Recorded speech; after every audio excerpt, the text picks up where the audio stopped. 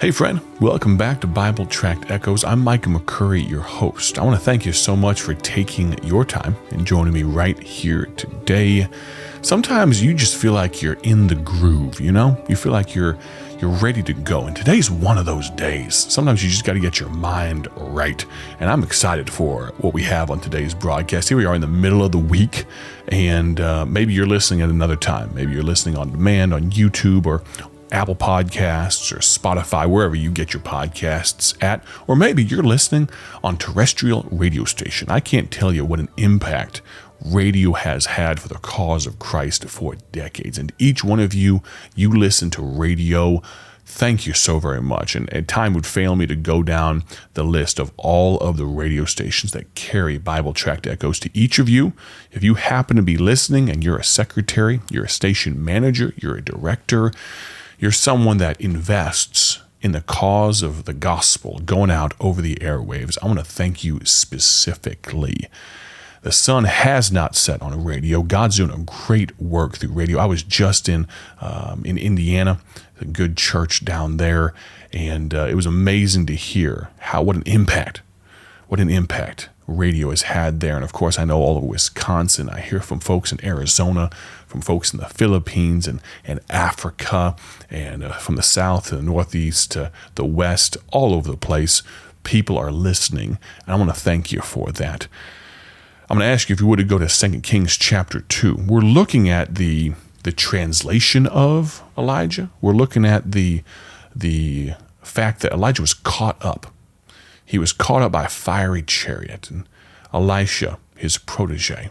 It saddened him, but it also inspired him. He went and did some great things. It's amazing to think that Elisha, the protege of Elijah, we're kind of talking about the overall arching theme is, where is the Lord God of Elijah? We're going to really land that plane probably Thursday or Friday, but right now we're giving some kind of introduction. We're giving some thoughts about Elisha, his relationship with Elijah, the generational connection or disconnection. It bothers me sometimes. I want to help you with that today. We looked at on Monday, I think we talked about the fact that Elisha never discouraged the soul of Elijah. He was just a help. He was a blessing to his mentor. Yesterday, we talked about the fact that Elisha, the young man, never departed from the side of Elijah. He was faithful. He was available. Nothing degrading was said about Elijah by Elisha. And today, nothing Elisha did showed up Elijah. Have you ever showed someone up before? Maybe you watch sports and you see a guy running in for a touchdown, and he shows up the guy that's chasing him because he's just so fast. You can't catch me. You can't catch me. Nana nana boo boo, right? We've done it as kids. We see our kids doing it. I was taught at a young age, and it was a valuable lesson, don't talk. Just let your game do the talking, all right? If you have any game, let it do the talking, because otherwise you might have to eat crow. You might have to put your foot in your mouth. But I never get the sense in reading about Elisha's ministry, and we're in 2 Kings chapter 2. We'll pull some from the context here as we go along. I never get the sense in reading about Elisha's ministry that he ever felt the need to one-up his mentor. You know, Elisha, the Bible tells us, if you add up all the miracles Elijah did, and you add up all the miracles that Elisha, the younger man, the next generation did, Elisha did double the miracles that his mentor did. Think about that. But he never acted like a somebody. He just acted like he served somebody with a capital S. Did Elisha have talent? Oh, yes. Look at who he was when Elijah called him, when God put the two of them together. He was plowing in 1 Kings 19. We won't turn there for sake of time, but in 1 Kings 19, he was plowing with 12 yoke of oxen, but he wasn't high on his own supply. He knew without God, he was nothing. I wonder, as you think about the people that God uses, for most of us, I'm speaking for myself too, some of us, our ego is so big we could climb up on top of it and kill ourselves jumping off.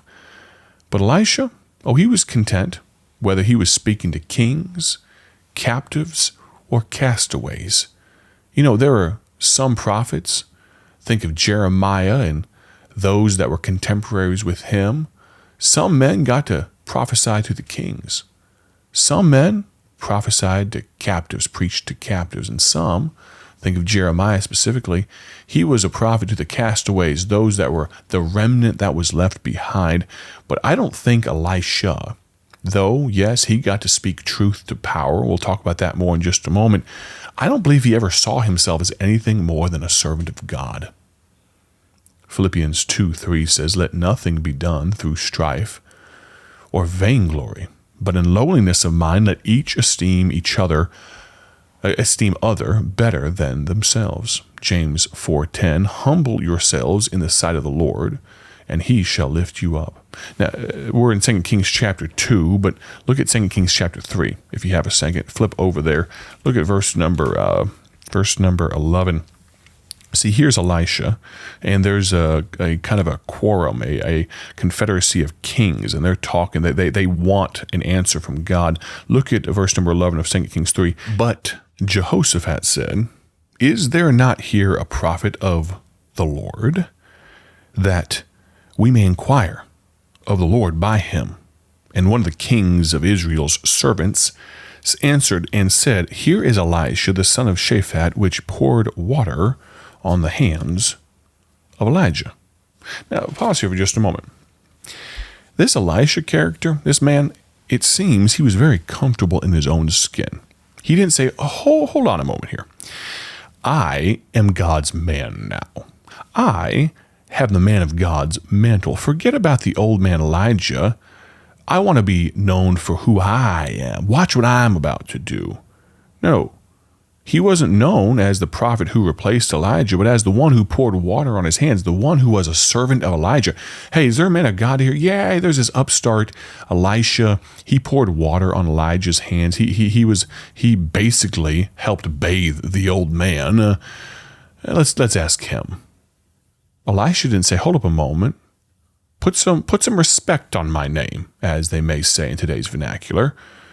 No, friend, I am, if I can say this in a holy way, I am proud to be known as a mentee, as a protege of some of the men that have invested in me.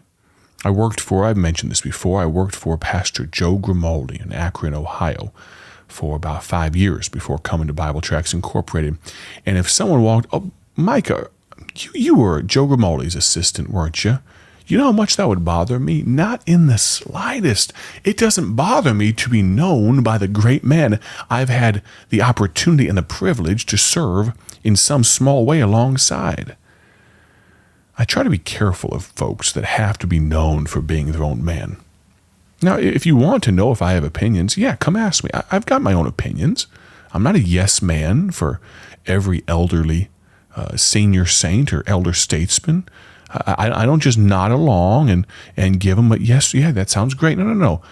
But I also don't think my opinions are so important everyone else has to share them either. Elisha, there's something to learn from this man. He was okay not showing up Elijah. I've said this before, but if we'd give half as much grace to the older men of God as we demand from them, we might work together a bit better. And if we gave half the grace to the older men as we expect to get when we are the older generation, I do feel like the Lord would repay us in kind. Elisha, no, he never departed from the side of Elijah. He never showed up, Elijah, but he never declined to stand just like Elijah. May I be blunt? Just because we know how the internet works and can build apps and websites and all that cool stuff, those are things we can do at Bible Tracts Incorporated. We have those abilities. Our team here is phenomenal. And yes, overall, we probably skew a little younger. But that doesn't mean we have to be soft soap pansies without a backbone. Honestly, truly, if I lean one way more than the other, I kind of lean more grace than truth. I really do. But I've learned, God has showed me over the past years that sometimes the most gracious thing you can do is tell the truth. I wonder what we're more afraid of. Are we more afraid of our brethren in arms than we are of the holiness of God? Are we more bothered by the fact that our Christian brethren may say, oh, that guy's, man, he's quite a Bible thumper? Are we afraid that the world might identify us in that way? Or are we concerned that we have a real fear of God, a respect of God? I think back, there's a very raw memoir I'm reading of a soldier that was in the Korean War and the Vietnam War. I try to read a good bit, and I was reading this, and he talks about the necessity to sometimes put the fear of God into soldiers. And realize this is a day, it's not the kindler, gentler U.S. military that maybe we have today. My dad was in the military for 20-something years, and so I know just a little bit about what I speak of. I've not experienced it for myself, but even during his 20-something years, he observed a slight toning down of some standards and things like that. But going back to the Korean War, according to the rule of the day, a century, a guardsman could be shot, could be court-martialed for falling asleep on guard duty. Well, this man was talking about what they'd call NCO justice. If an NCO, non-commissioned officer, came upon a foxhole during the Korean War, and a man who was supposed to be keeping watch for his foxhole, for his squad, for his platoon, fell asleep, he might take a trench knife, put it up against his throat, just enough to maybe draw a little bit of blood, and shout in his ear, "Do you want to die tonight?" Because that's what could have happened if the enemy had snuck through. Or maybe, just maybe, even worse, he'd take a .45, take his service pistol, put it up against the guy's head.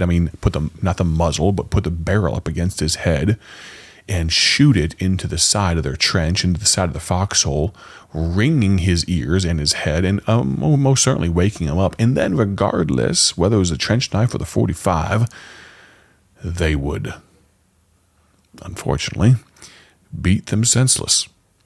As a reminder, don't fall asleep. Because if they shot every single man that fell asleep on guard duty, there'd be none left.